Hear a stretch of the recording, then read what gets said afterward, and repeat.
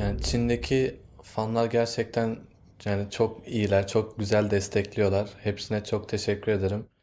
Hani onlar sayesinde böyle evimizde gibi hissettik. Onun dışında gruptan birinci çıktık. Team One'ı da yenip son 16'ya kalmak istiyoruz yani Worlds'teki son 16 takıma. Orada grup şeylerine bağlı, eşleşmelerine. Yani iyi bir gruba düşersek bence oradan da iyi sonuçlar çıkarabiliriz, maç kazanabiliriz. Welcome back for match point of 1907 Fenerbahçe versus Team One. 1907 Fenerbahçe only one game away from perhaps that top 16 spot. And Team One this time on the red side. Yes, it looks like that they've decided to go for the counter pick option. Maybe we'll see more Sejuani top. Maybe we'll see Olaf top. Maybe we'll see Aurelion Sol. I don't know, man. I don't know. These off-meta stuff is difficult to follow. I don't think the Sejuani pick itself was necessarily bad. I think first picking Janna is dangerous, but it does bring into question the priority of certain drafts as well, because the fact that Zyra Khan made it all the way through and no one picked it at all, it was kind of like, eh. The fact that we didn't see an early Thresh rotation to try and shut down the Janna was kind of like, and I just feel like a lot of other various noises are going to keep coming out of my face as we go through the next draft. I have to say, I'm enjoying the noises very much, Vedius. It was just a game of kind of two halves, because Team One went ahead quite a lot early on. They are staying with Marf for this game as well, so we have to see how effective they are with Marf. But then later on, it was really about Padden. Yeah, man. Just 10-0-4 at the end of the game. He got crushed in lane. They punished him really hard. And then this guy comes out with some really impressive stats. 48% damage percentage, I think, is the main point there. That's basically half of the damage his team did. Yep. He did. Yep. That's very impressive. Well, this is why we describe this guy as like a double-edged sword, right? Because during the laning phase, he literally is like a wooden stick where he hits you and it's like, that's kind of annoying, but not really that much of a threat. But then once he gets a few items under his belt, when it comes to team fights, positioning, and just his impact overall, he is like one of the greatest swords of all time. He just cuts through his enemies. He sees no like wall in his way. This guy just really comes into his own when his team allows him to succeed. And originally, that's why we gave so much praise to Thaldrin, because he was that guy that allowed the team to succeed so much. He was the big tank on the front line. He was always offering those engages. He was soaking up a lot of the damage, but he fell behind in this game. He couldn't quite perform to the level that we typically expect from him, and then Padden stepped up. Him and Japone really worked well together to just find so many good opportunities to punish the mistakes of Team One, and they were able to get the win in the second game. I think you have to give credit to Crash there as well, because Crash's explosive casks, actually, when we came to team fights, were very much on point. Sometimes overextending a little bit, not quite got that synergy with the team yet, being an emergency sub, but still doing quite a lot of work on that Gragas. I'll be very interested to see actually the jungle priority from both of these teams, because Forlan getting his Olaf in the last game, something he went 7-1 on in the split, just didn't really have the effect of the Rek'Sai that he'd played previously. Yeah, you're quite right. And I think that for Team One, comfort was something we talked about at the start of the day, where if you give them these champions that might be slightly outside the meta, but for them, they perform really well on, then we actually see them perform exceptionally well. And I think that for the majority of Game 3, they were the ones in control. They were the ones dictating the pace of the game. They even had a 3,000 gold lead at one point, and they were the ones sneaking things like the Baron and setting up for a lot of the plays. It just came down to that one poor decision around the second Baron, where Vert ended up losing his life, Forlan as well, and it all collapsed after that. And part of that is the experience that we see, the differential in experience between these two teams. You know, Team One, a team made of members all under 20 years old, whereas then you have Fenerbahçe, where you've got people like Thaldrin who've competed in MSIs in the past. You've got Crash and Frozen who've played for Longzhu. And then you have Padden and Japone, who are kind of that rookie backbone that relies on the rest of the team. You know, in two picks and bans, Fenerbahçe on the blue side, Team One on the red. And once again, Fenerbahçe are going to take Alistair away from RedBert. So nothing too unconventional coming out from them. You would imagine that the Olaf or Galio could come out from them. They did ban away the Jarvan in Game 3. And given that they've already played against Forlan's Olaf, maybe they feel confident playing against them once again. But I actually think they should ban away the Jarvan, and they should ban away the Olaf and lock in the Jarvan for themselves. We'll have to wait and see what they do decide to do. The Kalista removed by Team One. No surprises there. Padden showed us that he is actually a very good Kalista player. One of the few champions we've actually seen him excel on in the laning phase.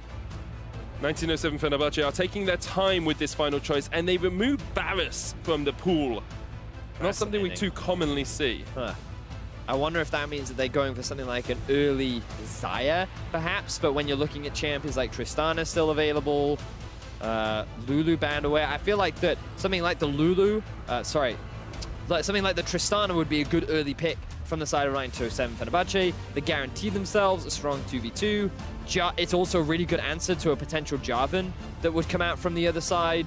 I think Tristana would make the most sense here, Medic. I can understand that. Fenerbahçe looking perhaps towards that top lane as they lock in the Jarvan, another power pick, another strong pick. Sure. Sejuani is still up here for Forlan, that Olaf available as well. But the problem you have is that Tristana is commonly known as a good answer to Jarvan because every time he tries to engage, he then gets blown away by the Tristana ultimate. And it's kind of obnoxious. One of the few times I've seen it work relatively well was actually with the Camille and Morgana combo in the European playoffs. And that it can be a good answer to someone like Trist. So given that we saw Team 1 play Morgana earlier, maybe 1907 Fenerbahçe also have the Morgana in their back pocket. Team 1 picking one of Marf's comfort picks in the Orianna very early on. Fenerbahçe have a few options available to them. Could bring out the Twitch once again for Padden. We have seen him play this Kog'Maw throughout the course of Worlds. Actually got a pentakill on it, and it will be locked in for him. Doesn't have the protection of a Janna Lulu. here. Yeah, they're probably going to go for the Janna once again. It might be a little bit of a rough laning phase, but they have engaged, they have scaling. Once again, 907 Fenerbahçe going towards that team fight, and they're making the argument that, you know what, Team 1, we don't think that you can close out the early game lead well enough. And so they're just going to go for the scaling option once again. Well, if you can get to that late game, which we've seen Fenerbahçe do in the last couple of games, it can definitely work out for you. Team 1 need to find a way to stop 1907 Fenerbahçe from really getting there, because at the moment I'm looking at their composition, I'm saying this isn't early game focus, this is scaling with the Tristana and the Orianna. Yes, but typically you'd expect someone like a Tristana to have a little bit more laning power than the Kog'Maw, especially depending on who it's paired up with. Wouldn't be surprised if we saw a Thresh ban away from the side of 1907 Fenerbahçe as well, just so that there's not that huge risk against the Janna. They don't want to run the possibility of just straight up losing the 2v2. Well, they are going to remove the Blitzcrank, which is strong into the Kog'Maw and the Janna. Yep. The Thresh as well would make a lot of sense. Team 1 now looking for their next ban. They've taken Syndra away, so there's no Syndra into Orianna matchup for Frozen, and they'll remove Trundle from the pool as well. One of Thaldrin's better matchups into that Maokai in the top lane. Now I'm just expecting a Cho'Gath to come out from 1907 Fenerbahçe, put Crash on the Jarvan, put the Cho'Gath up in the top, and then probably a Corki in the middle lane. You'd be stacking up quite a lot of magic damage with both a Kog'Maw and a Corki, but he'd be a pretty safe option into the Orianna for the most part. And with things like Talia and Syndra already banned away, you're kind of limited in terms of what's the best next mid laner that you can really send into the Orianna, unless he wants to go for something a little more aggressive. He may even choose to go for something like an Aurelion Sol, but we'll see. You've already predicted it. You predicted it even before we got into picks and bans, so I'm looking forward to seeing that. I have this feeling I'm confusing it. Yeah, I think Marf is the Aurelion Sol player, not him. So Cassio is another one. I completely forgot about Cassio. Cassio would be fine here as well for 1907 Fenerbahçe. I have to see if they do decide to pick it. It's going to be Gragas for Crash once again. He's proven that he really likes that champion, very comfortable on it. Team 1 are saving their jungler for that final pick, so I really want to see something from Forlan that can help facilitate Team 1 in the early game. It is going to be the Aurelion. Called it. Definitely all predicted. That's totally what I expected.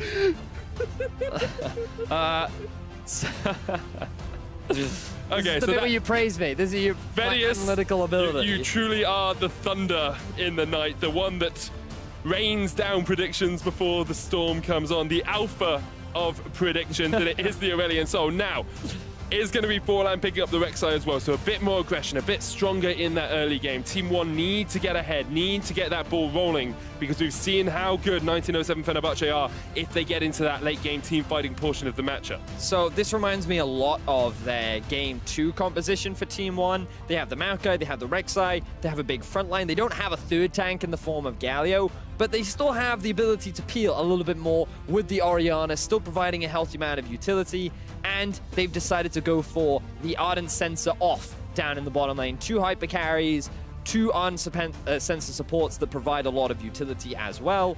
But the big thing that we have to look at is the Aurelion Sol on the side of 1907 Fenerbahçe. This guy likes to roam. This is a champion that's all about moving from mid off onto a side, and the reason why he does pretty well into Orianna typically is because you can just push that Ori in very quickly, very early. It's very hard for her to exert pressure in the 1 versus 1 because she's always fighting into a minion wave. So it's important for her to get to the lane first to start trading aggressively against the Aurelion Sol, but even in the early levels, she can't be as aggressive as she would like until she gets something like the Lost Chapter completed. So Aurelion Sol going to have a lot of control in the early game, and I want to see him move around the map to set up his other laners for success. I have to see how much Frozen is willing to move around the map, because we have seen in the past that even on this Aurelion Sol, in the matchup they played against Supermassive, he tended to actually just to stay in the mid lane and let the team come to him more than actually roam around the map. So we'll have to see if he's willing to give up a little bit of his laning phase to get into those other lanes. We do have a pause coming out at the start of the match, which is why we're not quite jumping in just quite yet. But we will be there as soon as possible. Now, Prediction King, God amongst men. Talk to me a little bit about how these early game junglers are going to fight off against each other. Ooh, well, with the Rek'Sai, I'm expecting pressure to likely go towards the top lane. That has been a trend every single game, so I think it's a fairly safe prediction to make. You're the Prediction King. I trust anything you say, Vedius. But Forlan, he has the tendency to try and get at least a small lead onto Vert. We do know that he is kind of one of the star players of the team, very much about playing split push, and while he hasn't done a huge amount of it this game, in the game that they won, and even on his Sejuani game, he was having a huge impact for a lot of the early game plays. So I think that just investing early resources top would not be a bad thing for the side of Team 1, whereas for Crash, I feel like that he's not really going to focus on trying to set up a lot of early ganks. I feel like he needs to invest early in vision, trying to track where the Rek'Sai is. Maybe he should just go top for the possible counter gank, but he should work with Thaldrin to try and make plays probably in the mid. That seems to be a tendency that 1907 Fenerbahçe use. We saw it from the Talia earlier on in the day when they ran the Maokai, and what it means that is if Frozen has a lead, it's even easier to get the push mid. You have the early item spike, and then you can go bot or top. But what we've seen from 1907 Fenerbahçe is they don't really go bottom very often. They just kind of leave them, and they're like, hey, at 30 minutes, you'll have items, and then we'll come hang out with you, you know? It tends to work out for them as well, though, so not always the worst tactic in the world. We are still paused. There's an audio issue with Team 1 at the moment, so we want to get that rectified, of course, before we get back into game. Have to make sure that these players are playing at optimal capacity, especially since it is a best-of-5 series for that spot in the round of 16, in the top 16 teams in the world. And they're fighting in the group stages. They want to be able to hear each other, you know, because I couldn't cast the game if I couldn't hear you. I think you probably could, in all honesty. I'm not sure how much you actually gain from my... I gain a lot. I gain energy from you, you know. You love to feel passion about the game. You tell me about things to look at, and you ask me great questions. And I think that without you, it would just be me talking a lot about predictions for the game, you know, which we don't want that all the time. You know, if you could predict every section of the game, that would be quite impressive. I don't think it would be. Okay, I think I'd be impressed, maybe because I can't predict it as well as you can. But let's move on from those predictions, and let's really just talk about what who the key members are for both of these teams coming in, because you can always look at Padden and say, oh, the late game, you know, it's Kog'Maw, he does a lot of work. But when you're looking at Team 1, who are your key standout members that you really want to perform? It's got to be Forlan. I feel like that so far throughout this series, he has had pretty solid performances. Maybe game 1, he was a little bit lacking on his Sejuani, but outside from that, on his Rek'Sai, he's been very impactful in the early game. His Olaf in game 3 looked very good in terms of what he was able to do in terms of early ganking and setting up his laners for a few early kills. But he is kind of like that early guy that does a few stuff within like the first 5-10 minutes of the game, but but then doesn't really do much past the 10-minute mark. And that's not necessarily a bad thing, but the fact that they leave such a big window of an inactive jungler not really doing a huge amount, I think is where you find the enemy team being able to stall out, being able to find avenues back into games, even though Team 1, it should be the ones dictating the pace of things. So what I'd like to see from him on this Rek'Sai is more of what we saw in Game 2. You get the early games, you set off your laners for success, right? But then you keep it up, you keep the pressure going, you move to lanes where you know you have a strong 1v1 or 2v2, and then you continue to snowball. You try and go for these early towers. You go for these early dragons. And the pressure just needs to mount. And he needs to be the guy to recognize when it is safe to take that Baron and when it is risky. Because I feel like that he is one of the vocal players of the team. We talked about how this is a very young roster, and it's very easy to see on camera how animated he gets when stuff happens, especially in his team's favor. So I think that he needs to calm down a little bit, think holistically about how the game's going, because they're only one game away from being eliminated from Worlds. But what an experience it will have been for them as a team as well to fight off, to go 0-3 down in their group, then to beat Direwolves 2 times, to be able to take a game off Fenerbahçe, who are the only team to take first when they weren't in the first seed of the group, the only team to upset the apple cart in that regard. And then Fenerbahçe looking at a position in the round of 16 and looking at the teams they're going to face against, they'll be pretty confident that they can cause some upsets. I think that they probably won't be expecting to go any further. We heard Padden talking about how it's more about them getting a few wins in group stages than actually accelerating into quarters, but they'll be pretty happy with how they've done thus far and pretty confident coming into whatever group they end up in. Yeah, the thing is, because they're not from one of the major regions, they could actually get slotted into any of the groups, I believe. Yep. Yeah. So there are a few good groups where maybe they could have a few potential upsets. In my head, like, they could cause some issues in Group D, they could cause some issues in Group B. I think like A and C. I think A's the easy one. SKT, we've heard of these guys. But yeah, I think that there's possibilities. You never really know. Like, I think Gigabyte Marines are the example of that. Albus Nox Luna as well. Like, there have been so many teams coming up from the emerging regions that have just been causing upsets, especially in these best of one scenarios. Especially when you look at some of the individual talent that we have been seeing from 1907 Fenerbahçe, because Padden, yeah, okay, this time his lane was actually exploited. They actually really hard shut him down, and he still ends up coming back into the game. And is that a mistake from Team 1, or is that credit to 1907 Fenerbahçe? You can look at it from both angles. Personally, yeah. I think you look at it from the fact he didn't die. Like, That's he went unkilled in the entire that. game. You can get shut down, but if you're not giving the enemy team too much, you're still in an okay position. We are going through ready checks. Nice. Hopefully we'll be back into the game in just a second. So, Fenerbahçe up against Team 1. 2-1 in favor of 1907 Fenerbahçe. In favor of the Turkish team. That also means that the all-time track record is even between the two teams. It's 8-8. So this could be the decider. This could be Turkey going one game ahead in the all-time record between the two. We are back onto the Summoner's Rift for what could be the decisive game in this series.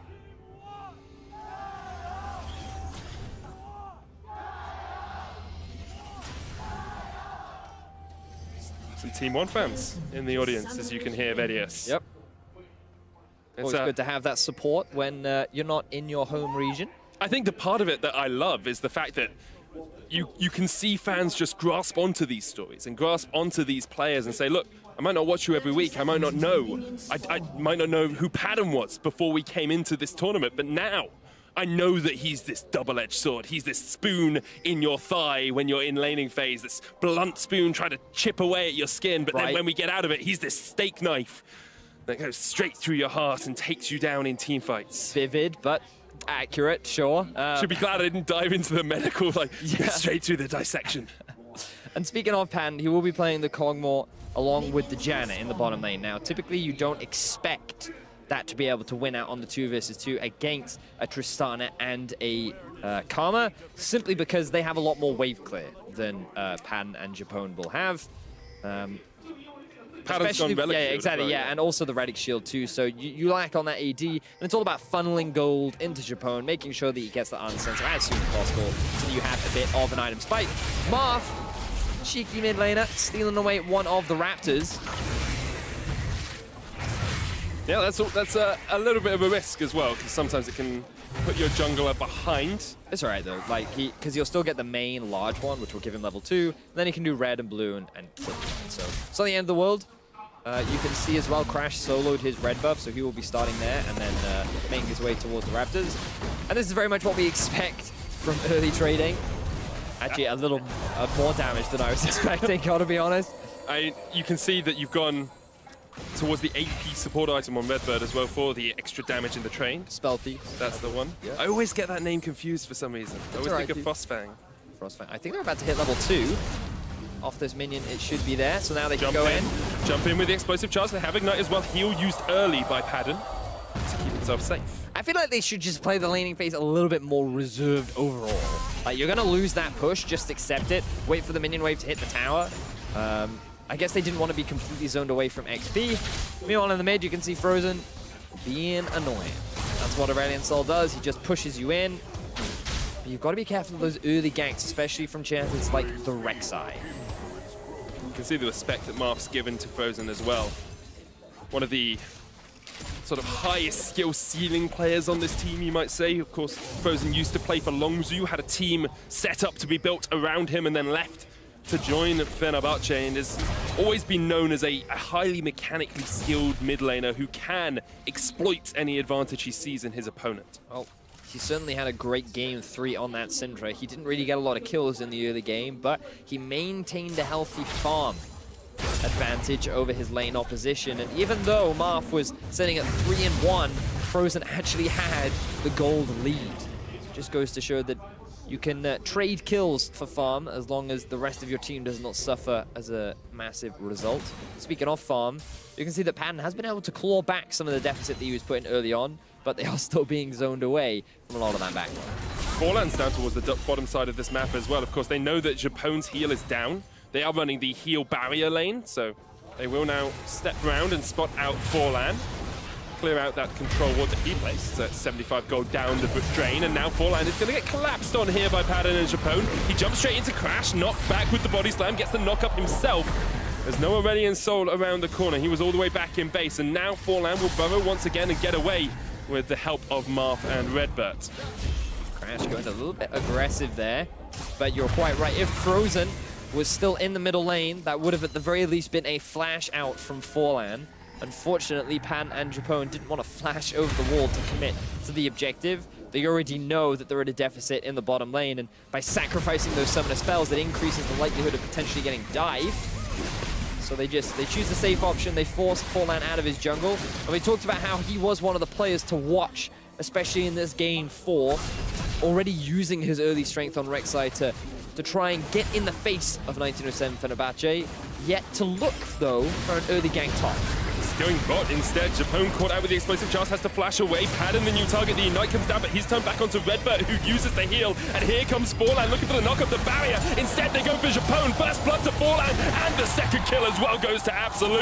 Eventually, Forlan will fall to Padden, using that passive effectively. Frozen's roamed down from that mid lane. RedBert looking to kill himself on the tower. Absolut exhausted, and Frozen's going to get himself a double kill. Actually, manages to secure Absolut at the end. What looked like a great gank from the side of Team 1, especially off the back of Forlan, how we talked he needed to get these early ganks going.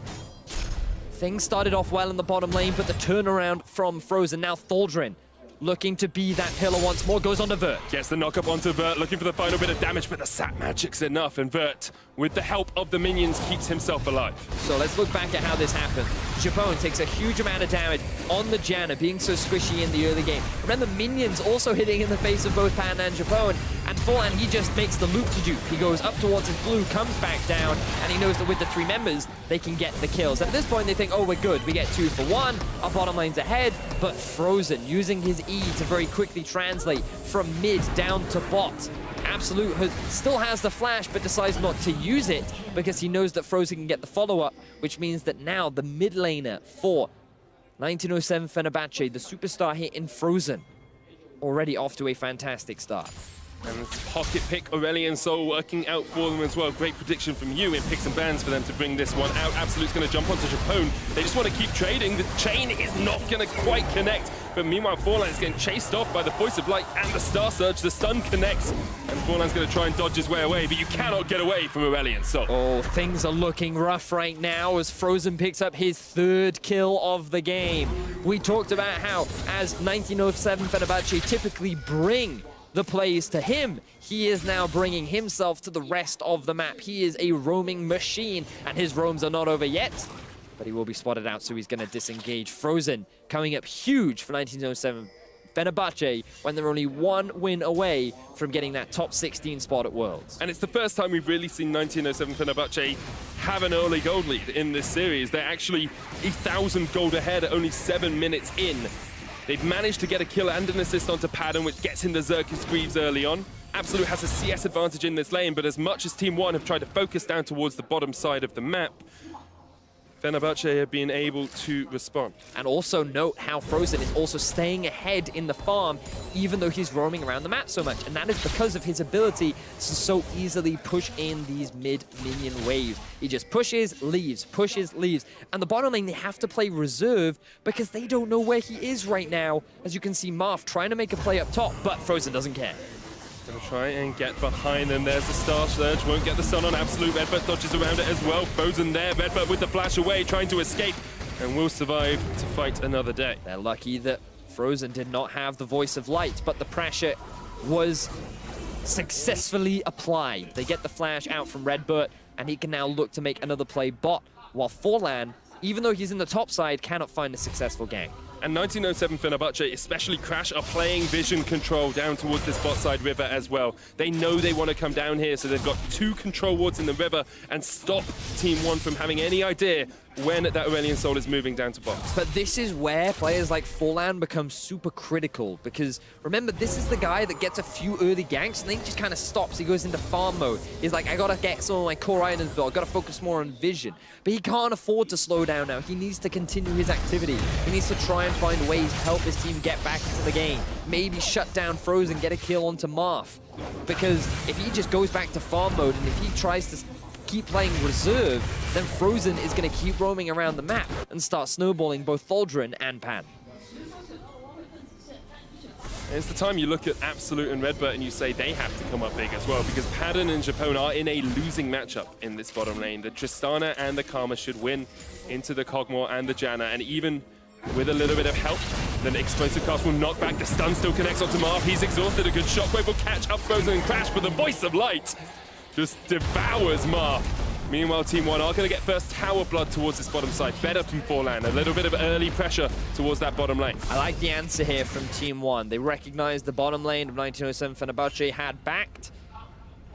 When you have a Tristana, you take down those towers very quickly. You also have a lot of wave clear in that duo, so you can just quickly shred through the minion wave. They get that first tower blood, but it will result in the loss of life of the mid laner. Crash, he comes from the fog of war.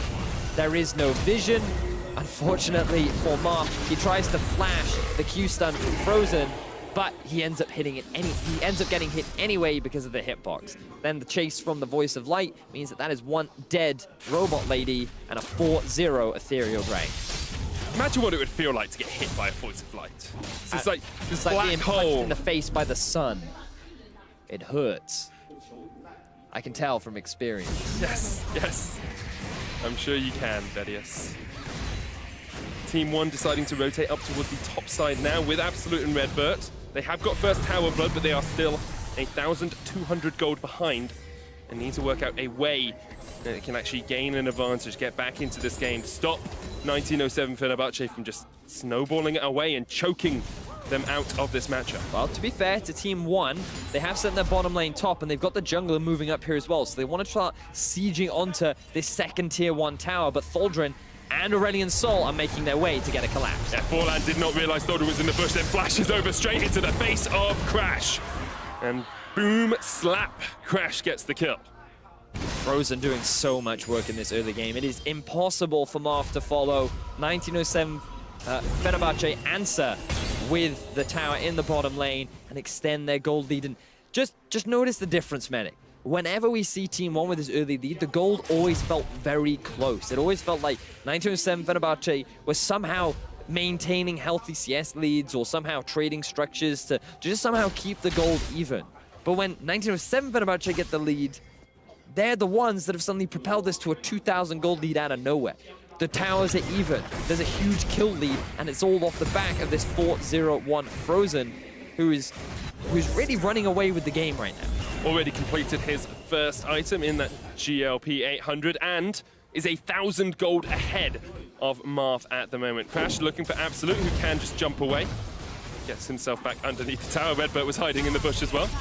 And Crash is like, oh, did not realize there was a karma there. But now they're the ones that have push on the top lane. 3 members, Frozen on his way to make it 4. The teleport is available for Thaldrin too. And it's likely that Team 1 will lose tempo on the play. They're the ones that are likely going to lose out on this extra tower. And they're struggling right now because it's all off the back of the mid control that 1907 Fenerbahçe have. Every time Team 1 want to make a play, Frozen is there. Every time they try to go for a 2v2 top, no, it's 2v3. Frozen's there. Oh, we try to make a gank bot. Oh, no, Frozen's there. He's always just getting in the way, and you have to wonder, Forlan, maybe you should go to Frozen instead, or at the very least try. It's difficult because he's 4-0-1, but you're kind of running out of options at this point. Mountain Drake started up by Forlan as well as the Rift Herald. It's taken by Padden and Japone on the other side of the map. Once again, Padden and Japone able to survive the laning phase, actually ahead on CS now over their laning counterparts, and Team 1 have just been unable to crack the code that you have to defeat 1907 Fenerbahçe's bottom lane. But we have to remember that for Team 1, they still have a pretty good team fight comp. Tristana, Orianna, scales very nicely into the late game. Tristana 1-1-1, not that far behind in terms of farm. You have a Maokai who's going to be a very solid frontline in the late game, and the thing about Aurelion Sol is he actually doesn't do that well into tanks because he doesn't have a huge amount of burst damage, for example. Like, you just got to sit there and slowly shred through them and kind of hope for the best. But I mean, if you're 4-0-1, I mean, you'll still hurt, right? But in terms of the late game, there's still the possibility for Team 1. It's just about whether or not they have the opportunity to get there and how well 1907 Fenerbahçe can utilize this lead. Oh, we saw how well they closed out Game 1. I'm sure they'll be wanting much of the same in Game 4. The question becomes who steps up. If you're Team 1, we said it needs to be Forlan, but he hasn't been able to get the ganks off onto Frozen, so now you look at the next member and you say, okay, who is your next star? Who is the next person who can carry this team? VVvert in the past has been a split-pushing god for Team 1. He's drawn attention off towards the side lane. The last time we saw him play Maokai, he did exactly that. Can he do it again in this game? Can he shut down Thaldrin and keep Fenerbahçe guessing as to his position? Not if Thaldrin goes mid lane. That's what Thaldrin does best. Ganking with Frozen. There we go. Comment of Legend. Marf flashes away. Thaldrin looking for the engage. The Star Surge connects. The Voice of Light as well. The Shockwave does not. And Marf goes down, but Bert is able to lock Thaldrin underneath the tower, and it ends up being a 1-for-1 trade. Forlan on his way. Frozen still does a lot of work with that Celestial expansion. The explosive cast comes out. The flash away from Vert. But now the mid laner is down for Team 1. 1907 Fenerbahçe have the Rift Herald as when, and now it is a 4 versus 4 in the middle lane. Team 1 realize they have to concede the objective, and the gold lead continues to mount against the Brazilian squad. They give up the first tower, now looking for the second. Fenerbahçe with a good amount of damage onto it. The Star Surge onto Vert as well. He's getting taken lower and lower. He will survive. Frozen caught under the tower. Ignite from RedBert. Forlan jumps in, but immediately Fenerbahçe collapse, and that is a very dead Rek'Sai. Fenerbahçe looking for a 3-tower push off this single Rift Herald. We said, could they accelerate? Could they take the win? Well, with Thaldrin and Frozen, they can do anything they damn well please. They're looking for that mid lane inhibitor. They will take it at 16 minutes into this game. That is absolutely insane. Forlan tries to go in and stop the siege from Fenerbahçe, but they go, no, we're gonna kill you. We know how strong we are. We're gonna continue our push. They kept the Rift Herald alive all the way up until the inhibitor, and this team looks so good, and it is all off the back of Frozen and Thaldrin together. They make the classic 1907 Fenerbahçe move of moving the tank top into the mid lane. They get the collapse down onto the opposition mid laner, and that just opens up this free alleyway for them to just run down. This is where the play all starts off. Keep your eyes on Thaldrin. He's in the fog of war. He flashes to get the flash out of Marf, and he tries to follow with the knockup on the the EQ combo, but then he just tanks the tower up long enough to allow Frozen to get the kills. Now, while Team 1 come and act as a response, Padden and Japone are already on their way down. They know that with this kill, they want to siege onto, at the very least, this tier 1. They quickly take the tower, they quickly run up mid, but I don't think we have more time because I think we have another fight. RedBert caught out by Frozen, flashes away, the explosive cast comes out as well. There's the voice of light onto VVvert, looking for the flank, and he might get it. Hits up 3 members of Fenerbahçe. He's going to use that Nature's Grasp as well, but Fenerbahçe line up, and immediately Padden just gets the damage down from the backline. Frozen dominating 6-0-2, and this is why you're scared if you are in a group that Fenerbahçe could meet you in. They are a strong team, they accelerate their gold lead, and they are so good at closing out games. Look at already how they're setting up on the map. They quickly push up mid, they're grabbing the minion wave on bot. They're forcing their wave clear to go and answer it, and we have to look back at how this fight happens. Again, you can see Vert trying to come in from the river, getting a flank onto Frozen, but Team 1 are engaging when the rest of their team are disengaging. There's this split focus that we see all the time from the lineup of Team 1. That's just an essence of poor coordination, and you have to come back to the fact that this is still a young team, considering that they were only formed in May earlier this year. They have made impressive strides domestically and now internationally, and unfortunately at the final hurdle, they are struggling as a dominating and convincing 1907 Fenerbahçe sit on an 8,000 gold lead as Thaldrin may be caught out. Chasing onto him, the explosive charge won't quite do it, but here comes the Void Rush. Thaldrin trying to dodge away, but Forlan will be able to take down the bedrock of Fenerbahçe as Thaldrin falls for the 2nd time this game. Good pick there from Team 1 onto an overextended Jarvan IV. Thaldrin really should not have been in that position. It's not very helpful if you're a pillar and you're in the wrong place. You can't build anything on a pillar in the wrong place. Exactly. It's like having a pillar in the car park. Yeah, what are you gonna do with that? I ain't gonna put my car on top of the pillar. So you can see the pillar is clearly in the wrong place at the wrong time. And Team 1 say, well, we gotta knock this down because cars have got to park. And they're able to get a very swift kill. So Forlan, he's able to get a bit of gold under his belt, deciding that he will go for the Titanic Hydra build. Hasn't even completed his Cinderhulk yet, but it does not slow down 1907 Fenerbahçe. They're now looking for their 3rd tier 2 tower of the game. 7,000 gold ahead, only 20 minutes into the game. Can even just wait for that mid lane to push in because the super minions are there. It will be very difficult for Team 1 to hold. The game is not over for them yet, though. They do have the possibility of a good shockwave. They have Absolut, who's now at an item and a half on that Tristana. She will only scale up more as the game continues. But facing into Frozen, facing into Padden, who have shown us so consistently that they are good team fighters, you have to worry if you're a Team 1 fan. You are right. We have to remember in Game 3, Team 1 were in a pretty dominant position, and 1907 Fenerbahçe found a way back. But now Frozen, if he makes plays like this, allows Team 1 to come back. Nature's Grasp comes out, there's the Righteous Story as well. Flash, Shockwave onto Frozen, pull him back, root him down, knock him up, and kill him so quickly. Team 1 able to collapse. 1907 Fenerbahçe can't afford to be making these mistakes because Team 1 will punish you. They see you overextended, they see you out of position, and they will very quickly collapse and take these free kills. Remember, they got so many of their free Barons because 1907 Fenerbahçe were in the wrong place at the wrong time. You cannot afford to underestimate this team even though you have such a significant gold advantage. They fail even to get that tier 2 tower in the top lane. Team 1 are still not out of this game entirely. Orianna working towards the 2nd item. She's about halfway there. You can see Absolut almost completed the static shiv as well. The inhibitor has now respawned. I feel like Team 1, there's still a potential for them, especially with their tendency to play around those sneaky Barons. All it takes is a catch or two. You just had a shutdown onto Frozen. That's 450 extra gold in your back pocket, and you are pretty comfortable with. You're starting to hit these 2-3 items on, well, 2 items or so on most of your carries. And sometimes when a team is in a dominant position like this, when they are a game away from advancing through Worlds, when they're looking for groups to the top 16 for the first time in the organization's history, in the players' history, they are a little bit over-eager with some of the plays they make. And I think we just saw that from Frozen. He will need a calm head. He will need Thaldrin to say, look, As the captain of the team, we just take a step back, we reset, we have our push up towards this top side, and we look just to take down a tower and extend that gold lead. So much more patient play now from 1907 Fenerbahçe. They're going to clear out the vision in the top side of Team 1's jungle. Their eyes will be set on that mid lane inhibitor, which remember they took at just under 16 minutes in the game. While Thaldrin continues to push down in the bottom.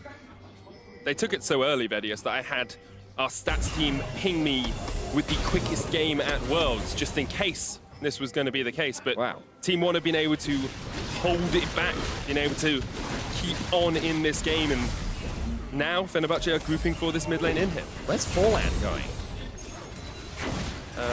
Baron vision? Not entirely sure what his plan of action here is, because he's going to lose his inhibitor in the middle lane. Maybe looking for a catch afterwards, if they've accepted that they're going to lose the inhibitor anyway. Yeah, he could use this as an opportunity to just hang around the Baron, go for a sneak. This is what he's expecting from 1907 Fenerbahçe right now. Let's see if his plan will work out. Here we are. They are grouping up towards that Baron, but they don't have vision on it yet. They're both waiting for a pick or a play, or it's literally a waiting game. If you're 1907 Fenerbahçe, this is an okay strategy because the mid's going to push in.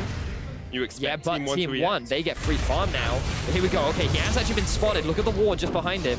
Crash comes across the wall. They're looking for the collapse. Forlan knocked back with the explosive cask away from his team. Now he needs to work out, can he dodge around? He gets caught with the bow of the slow. Here comes the TP as Team 1 decide they need to take this fight. Forlan with the Void Rush jumps across the wall, but he's dead.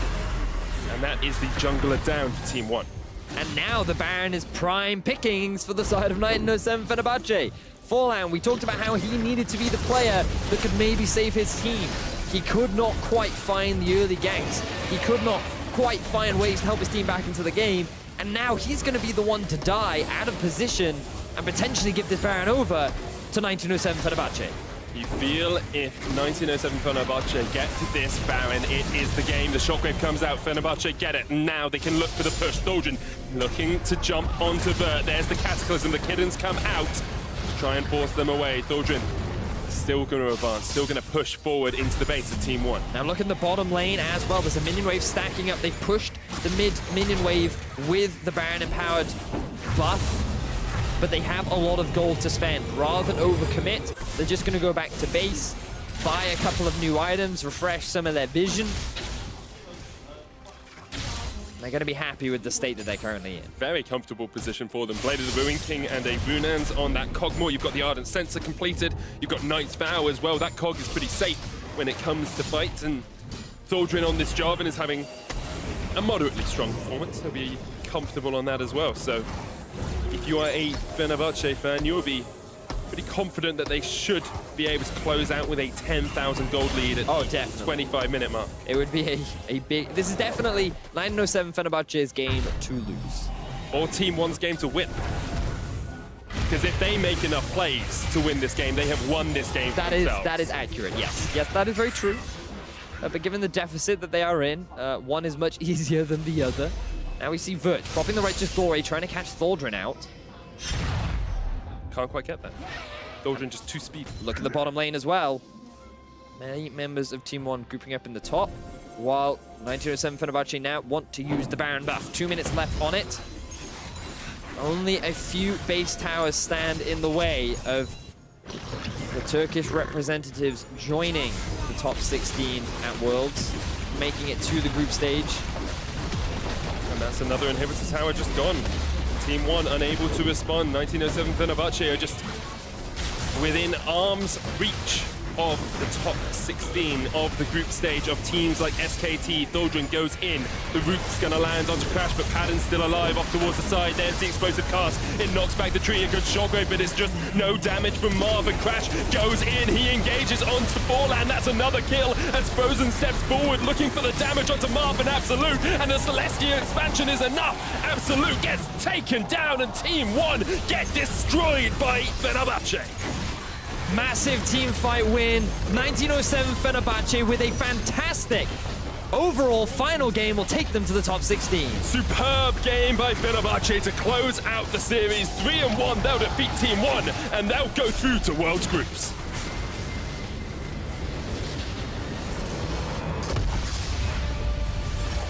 considering how close the series was overall, it was a little bit surprising to see them so quickly get a massive early game advantage and then just be unrelenting with their pressure. Frozen roaming around the map so much, Thaldrin still setting up a bunch of ganks in the middle lane, and then getting an inhibitor at 16 minutes into the game. 1907 Fenerbahçe very firmly demonstrated their dominance over their Brazilian counterparts, and they will be making their way out of the play-in stage and into the group stage. Demonstrating why they deserve to be in groups as well. They, not even the #1 seed coming into their group, HKA were top of that group in terms of pure analysis, but they were able to beat HKA in the tiebreaker, get the matchup against Team 1, and then take down Team 1 after one game of a little bit of an upset for them, a little bit of shakiness. But you'll be looking at that team and saying, I think they could upset. I think they could take a surprise game here or there coming into the last 16 at Worlds. And it's going to be exciting, right? Because there are a lot of fun players to watch. But the big story for me is the fact that Crash subs into this lineup. He hasn't really played with the team at all. There is a language barrier as well. Yet, even though he didn't have consistent and amazing performances throughout the tournament, he was very clutch. He stole a number of Barons. He found a number of great picks. Even in this series, we saw a number of spectacular Gragas ultimates and team fights overall. And I think you have to give a lot of praise to him for joining the squad and being a part of it as they make their way through the play-in stages. Yeah, 1907 Fenerbahçe have secured their spot in the group stage. And to hear how they did it in Game 4, let's hand it over to our analyst desk. Thank you very much, Matt. Of course, for me, I feel like it comes down to one champion alone, and that is Aurelion Sol. Yeah, he had a pretty big influence over this game. I don't know if you're going to follow up with more. It was a good pick overall. There's been a lot of pressure around bot lane over the course of this series, lots of plays being forced, and this time you have Frozen making sure that he grabs the aggressor in the lane. He's able to get around the map and grab the tempo for these plays. Yeah, funny to see, of course, that the shoe was on the other foot in this case when you had Fenerbahçe roaming rather, opposed to Team 1. It was interesting to see, too. We can take a look at the first replay where we saw exactly what it can look like when Aurelion Sol starts to take off. In this case, when he shows up to clean up. And this is a big play just because, like we're saying, so much aggression down around this bot lane. They're going hard on Japone. And you see Aurelion Sol is just leaving mid now. That's what's so impressive, is that they have so long to kind of cover this potential weakness in the bot lane, especially given the fact that Padden also struggled in this series on and off. It was 2 good games, 2 bad games, and this time this would have been a horrible 1 for 2 and potentially getting in a lot of trouble, but Frozen shows up. And the cleanest thing is you're watching 2 different stars hit at the same time, saves the exhaust, and honestly makes it look too easy. Frozen being able to play one of Marf's champions against him, roam better than him, go to the bottom lane and capitalize on the over-aggression perhaps of Team 1. And honestly, from there, it just feels like the Frozen show. And while other people definitely did play their part just across the board, this game, he was everywhere. He was dishing out so much damage, so consistently a threat. It just feels impossible to play against Aurelion Sol when he's this far ahead. Yeah, he's one of those very oppressive champions, because even if you're winning your lane, suddenly you have to worry about, well, in 10 seconds, anytime I go aggressive, someone could show up and make this a 2v1, and that's really hard to deal with him. Once he starts getting fed, he actually starts getting like pretty good damage as well, the GLP adding a nice extra little bit of burst. And even having the Jarvan around, of course, the dynamic duo communicating. It wasn't just Aurelion Sol that was there, it was also the Jarvan. Yeah, and now we take a look at our next replay. We can see in the mid lane, we finally see the use of the Hextech GLP. We see the use of the Rift Herald, everything coming together to shut down the mid lane. Yep, there's that Jarvan kicking things off. They're able to combo down onto Marf. And there's a good follow-up out of Vert trying to get this first kill, but what's going to really blow this situation up is the rest of the team collapsing all at once. You see the bot lane show up, they're going to channel this Rift Herald, and they're going to make a very aggressive push in the mid lane. And what's normally just a standard, we got a pick, we set it up, and now we can push for a second turret type of play, then becomes 4 lands over aggression. He should not be staying to the flank too heavily, especially when the rest of his team can't defend and is losing. And then this decision cost them the entire inhibitor, and ultimately just such a big lead for 1907 Fenerbahçe, and it's off the mistakes of Team 1. Yeah, you could definitely say that that decision cost them the game. You lose an inhib, I believe, at around 60 minutes by the end of this push. It's almost so early that it's good because you have someone to farm in the mid lane now, but 1907 Fenerbahçe are going to keep the pressure up over the rest of that game. There were a couple mistakes where Thaldrin got caught out once or twice, but they're so far ahead, you can kind of feel it in the air that's about to come down. Yeah, and you can see that the tunnel vision there in Forlan, things are going south. He says, I have to make something happen against FB, but there's a Janna there, there's a Gragas there. It's not just the Aurelion Sol you have to worry about. But when you look across the series, one player really did stand out, and it's going to be our player of the series. It will be Frozen, not just for the last game, but just across the board, consistently winning out in the lane phase and really bringing it home. Huge CSD across all the games. Forced Brewster to get subbed out for Marf.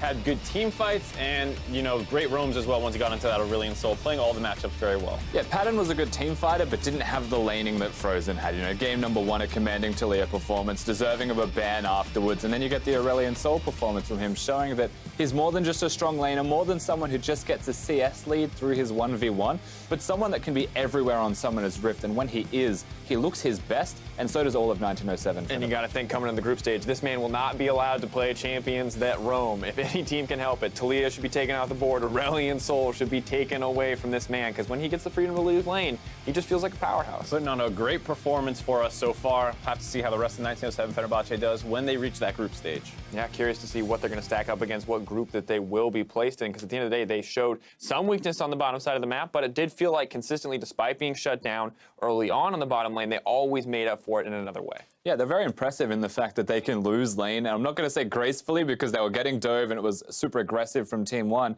but they can lose lane and they can still come back to a position where they can team fight successfully. It doesn't stop to impress. Nope, it is not the case. Well, to hear more about that series, we're sending it over to Fish, who has an interview with the victorious top laner.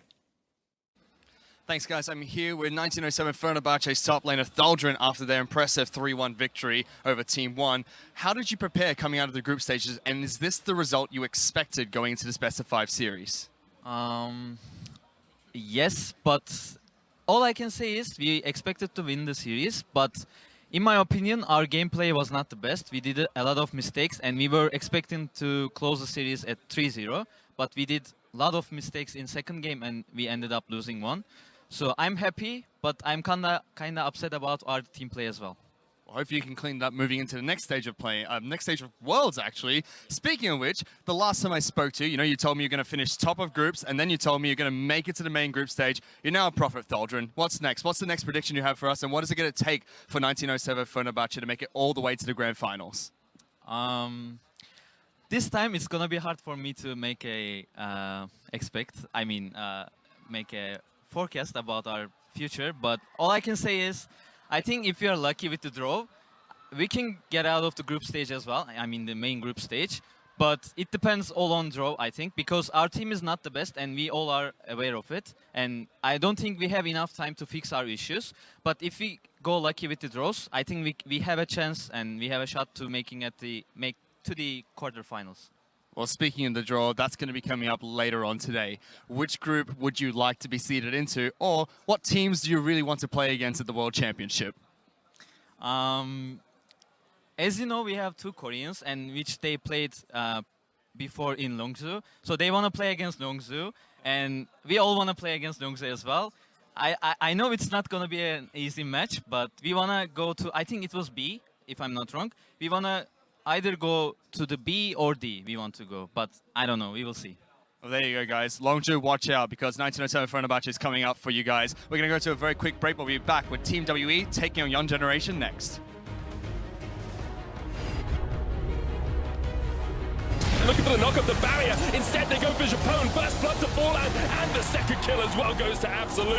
Eventually, Forlan will fall to Padden, using that passive effectively. Frozen's roamed down from that mid lane. RedBert looking to kill himself on the tower. Absolut exhausted, and Frozen's going to get himself a double kill. Actually, manages to secure Absolut at the end with a little bit of help.